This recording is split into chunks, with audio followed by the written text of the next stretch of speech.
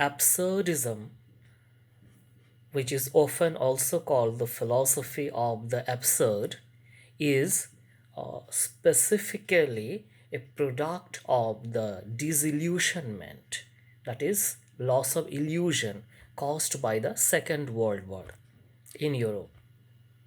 Because in the Second World War, what happened is that a very large chunk of Europe's population died.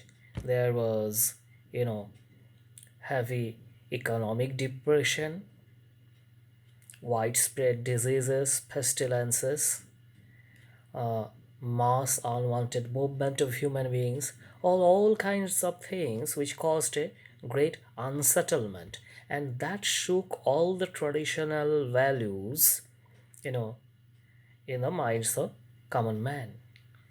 While it is true that these kinds of things were already coming through Darwin's theory and other associated things, but then still Darwinism or Spencerism, these were discourses of the educated elite. But the World War showed to the mass that possibly all the values that we held dear to ourselves till then, that is, as this famous English poet of the Victorian age put it, God is in heaven and everything is right with the world. So that kind of philosophy was totally wrong. The World War proved it that the universe had no purpose, our life has no inherent meaning, any internal meaning, and the meanings that we try to give it through different social constructions are also basically baseless. As one important thinker put it, our life is absurd because we are born without being asked to be born. That is not possible though, but that is the paradox of it. We say that we should have choice in life, and that is the mantra of democracy today. But in fact, the very fact of our existence, that is our birth, was, you know, possible, made possible without our consent. So our life itself is not our choice. Let's try to understand this dichotomy. And then, more importantly, we die when we don't want to. Leaving aside a minuscule amount of, say, people who commit suicide, even those who commit suicide, at the last moment they try to retract. Anyway, otherwise, by and large, nobody wants to die. So we are born in this world without being asked to be born, and we die when we don't want to. By and large, nobody wants to die. So caught between these two, this is a meaningless life after all. So this found profound expression in the existential philosophy of Jean-Paul Sartre, and it was augmented by writings of literateurs and thinkers like Franz Kafka and Albert Camus. So we can say that absurdism is a kind of extension of existentialism.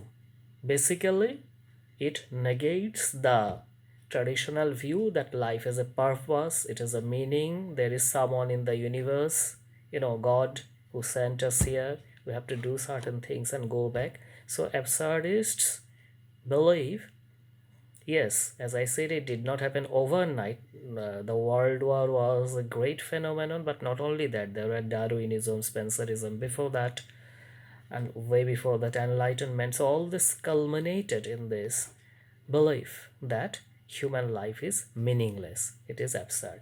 So coming to literature, those who practiced absurdist kind of literature, they believed that since human life is basically purposeless, basically meaningless, it can only be expressed in a literature which itself is like that, purposeless, meaningless, repetitions, etc.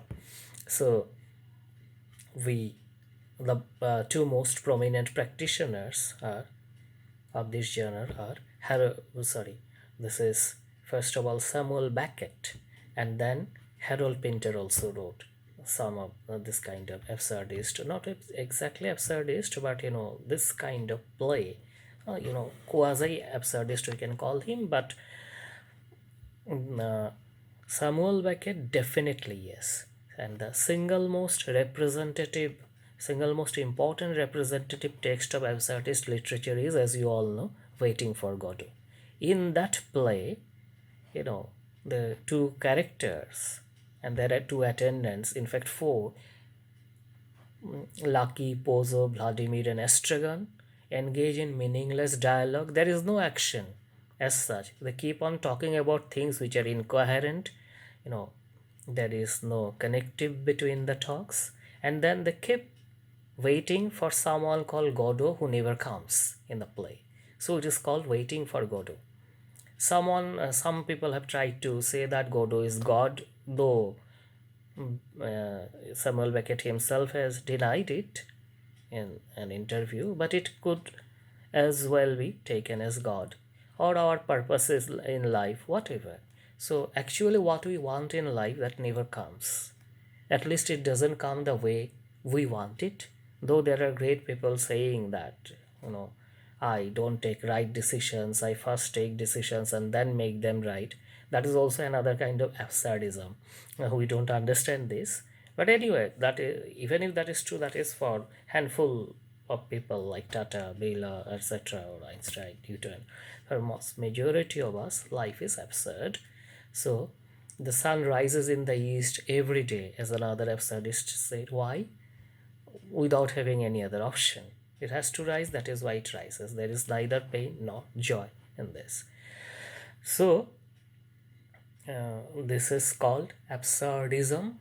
Those who believe that life is absurd, and then literary practitioners who believe that life is absurd plus that can only be expressed in a literature that itself is absurd are called absurdist writers. Martin Esslin wrote a very interesting book which is important for you to know for net exams and all, the theater of the absurd in this regard. And then another important source book is Camus' The Myth of Sisyphus. That, you know, rolling that ball, burden upward, then once you reach the peak, again it comes back. So our life is like that, doing meaningless thing every time. Who says absurdists? I don't say. Now, I would like to end with an important anecdote. It was told by my teacher during my graduation. One of my teachers was very brilliant, possibly the most brilliant. Anyway, so since I have not taken his permission, I will not name him, but then the story is like this. In the context of the theater of the absurd, he had said that there was a philosopher in Europe who propagated the theory in sync with absurdism actually, but he came before that life is not worth living. It is finally meaningless and finally all have to die. So one must die as soon as one can, so people should commit suicide. So his followers, those who joined that clan or you can say cult, they committed suicide. And it is not false. If you search, inquire online, there are groups like that who believe in self-killing and all that, so they are arrested by police and others, and fine. Fringe groups, minor groups, anyway. But then this philosopher said that, but then he never committed suicide himself, but he encouraged others to do so. So you will meet such people around who encourages you to do certain things which they themselves do not do. So one day, a difficult person, he got hold of the philosopher and asked him suddenly that you tell everyone to commit suicide, but you are still alive, you don't commit suicide, why it is so? And the philosopher was not at all surprised or taken aback. He immediately said that to tell people that life is meaningless and one must commit suicide, someone must live, so I am doing that. So that itself is another kind of absurdism. And this absurd also led to partially postmodernism, or in certain ways many people prefer to identify Beckett as a postmodern writer more than a modern. Now whether Beckett is a high modern writer or postmodern writer, on this we'll talk on some other occasion, but please remember the basic texts and the basic philosophy of the absurd and the theater of the absurd.